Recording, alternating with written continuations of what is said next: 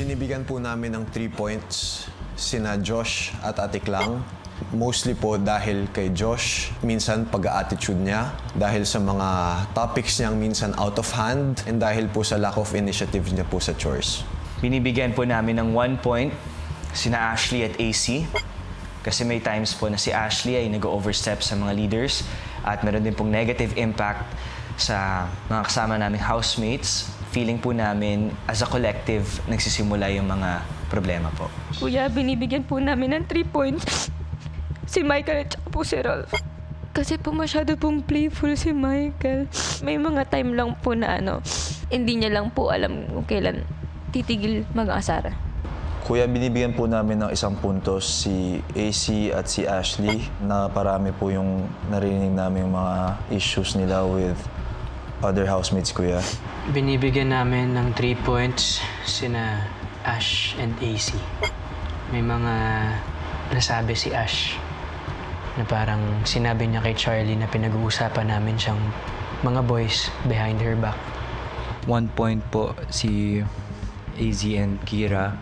Sila po yung pinaka-detached, tahimik, hindi masyadong syempre nagsasalita at nagseselect ng grupo na kinakausap. 3 points sina Will and River. We observed Will na he's not present pagdating sa task, pagdating sa chores, pagdating sa personality. Parang we see him as a weak person.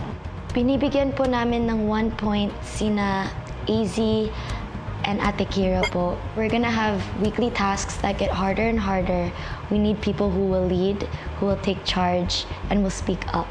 And we feel in the past 2 weeks, we have not seen that from them. 3 points sila Ashley at AZ dahil hindi po namin nararamdaman na genuine po si Ashley. Alam po namin that AC has tried to speak to Ashley about this, pero sobrang na-feel po namin na wala pong nagiging improvement. Binibigyan po namin ng 1 point si Will at si River. Si Will po, hindi po siya tumutulong sa mga chores. Every time after kain, never pa po namin siya nakita naghugas, nag-arrange ng plato, or naglinis po. And then feel namin na wala po siyang ambag. 3 points sina Michael at Ralph. Michael is not being genuine. May mga nasasabi siya na sinasabi nilang para mapansin, attention seeker. Kuya, binibigyan po namin ng 1 point si Will and River. Si Will po, nafe-feel din naman po ni Josh, napapansin din na parang hindi po siya masyado maramdaman sa loob ng bahay, like sa gawaing bahay. Madalas po nakaupo lang din siya sa sofa. 3 points po si Will po at River. Nakikita lang po namin na wala pong gaanong initiative si Will. Kailangan pa po siyang pagsabihan po na kumilos po. Kailangan pa po siyang utusan po, Kuya. Kuya, binibigyan naman po namin ng 1 point si Michael at Ralph po.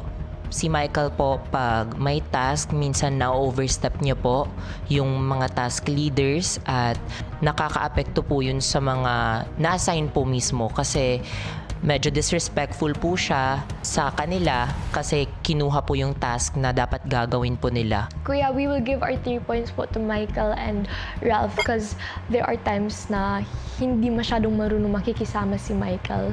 There are definitely points that hindi namin siya ma-reach. Insensitive, actually. We will give our 1 point to Ashley and AC kasi there were definitely times where Ate Ash was being insensitive.